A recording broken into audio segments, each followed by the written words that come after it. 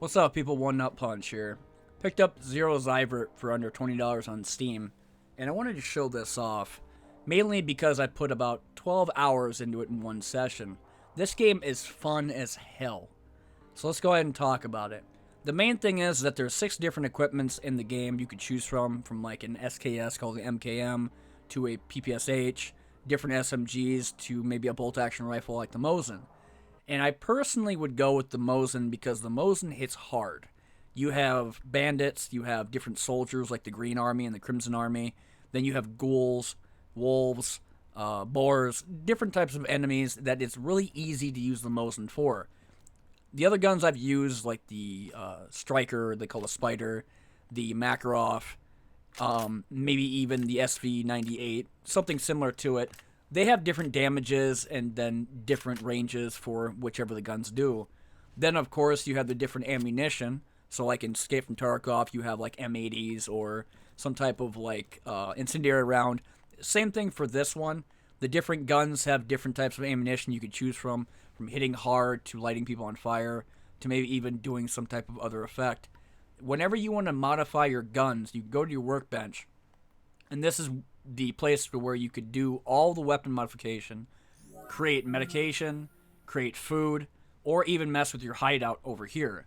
In the tab that you see here with your little device, you can make a hideout, whether it be an infirmary, having a bed or a forge to level up faster and gain additional benefits through passives, making a garden and making your own food. There's different types of things to help you out later on down the road. And the only way to upgrade them is to get the parts you need. So if you remember Tarkov, you would go out for questing or doing the tabs/tasks.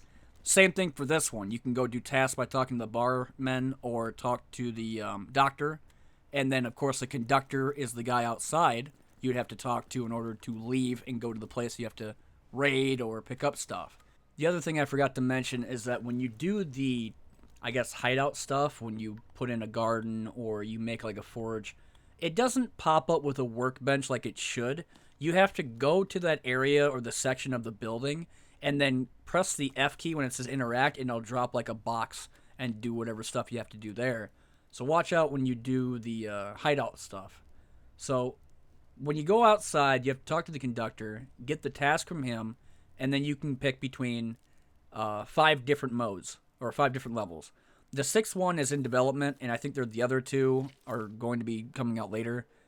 But the 5, as far as I know, are Forest, Base Camp, Mall, Industrial, and then Swamp, I think. And you can go and choose between all the maps that are all procedurally generated. So every time you go into a match or a raid, it's always different. The map changes, and so does the buildings or even some of the enemies. Now, when you get into the actual fighting and getting into the actual game itself, this is what I meant earlier when I was talking about it being Tarkov.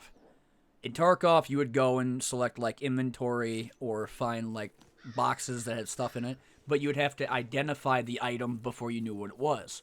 Same thing with Zero Sievert.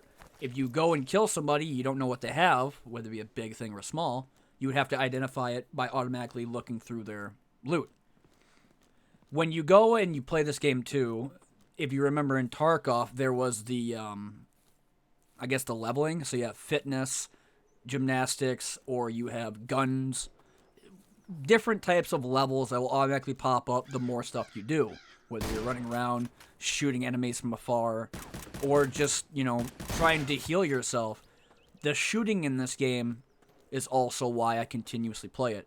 The gun sounds of the Mosin shooting, the AK is going off, even the ambience of like NPCs shooting each other in the distance.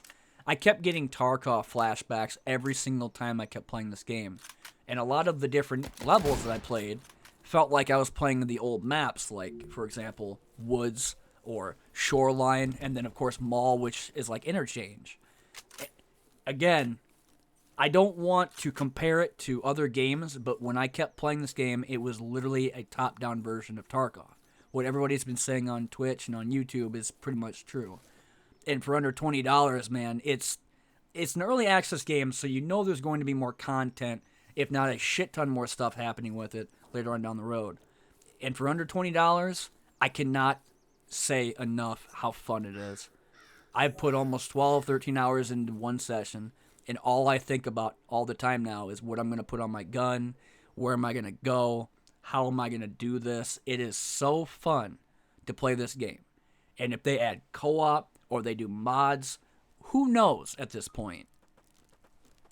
I just cannot wait. But when you're done, when you survive, the extractions are on the map. There are green circles at the edges. When you go to them, those are the extraction points. And then when you leave, you'll have the bar. And that bar level is your reputation. When you hit level 2 or level 3, then you get more stuff.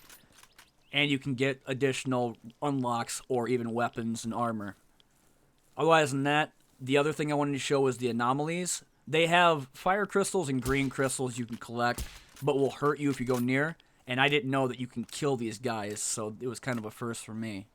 But anyway, thanks for watching my videos as usual. And I've been One Nut Punch. I'll see y'all later.